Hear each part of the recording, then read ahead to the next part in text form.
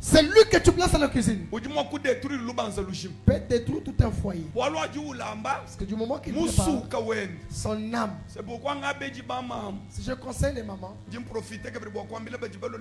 j'ai dit encore à ceux qui sont venus aujourd'hui. Si tu es en colère, ne prépare pas pour ton mari. Alléluia. Amen. Tu les transmets toujours ta colère. Vous savez, c'est foyer de trouble, pourquoi? La maman, elle est à mesure de transformer cette maison.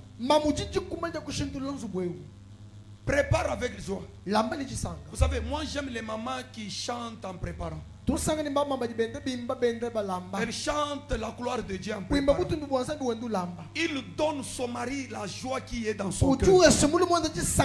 Plus ton mari mange ta joie, la joie les pousse toujours à t'aimer. Ce que tu lui présentes, ça te revient. Tu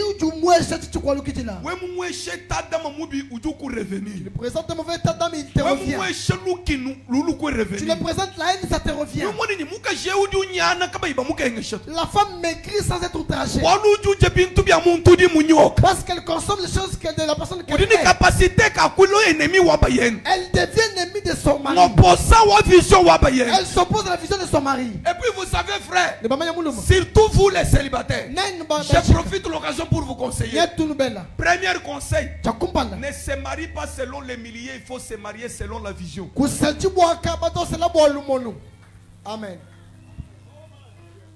Ils ont suivi ou pas? Je réponds. Ne se marie pas selon les milliers, mais marie-toi selon la vision. Plusieurs regrettent aujourd'hui. Ils ne savaient pas qu'il était homme de Dieu. Pour une personne amenée au Calabas. Pour la pauvreté qu'il avait. Pour Ngandanjik. Pour le Kalaba. Il a marié là-bas. Aujourd'hui Dieu l'a élevé. Maman marche dans la famille. Là maintenant c'est l'idéologie. Là tu t'es ça n'existe pas. Est-ce qu'il va marcher avec ses catchs?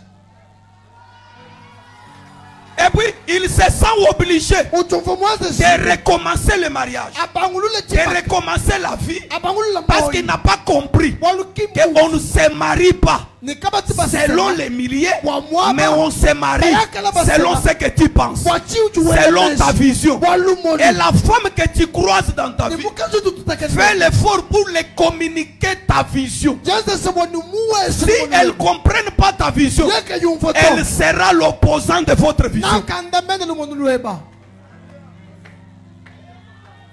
Elle sera l'opposante.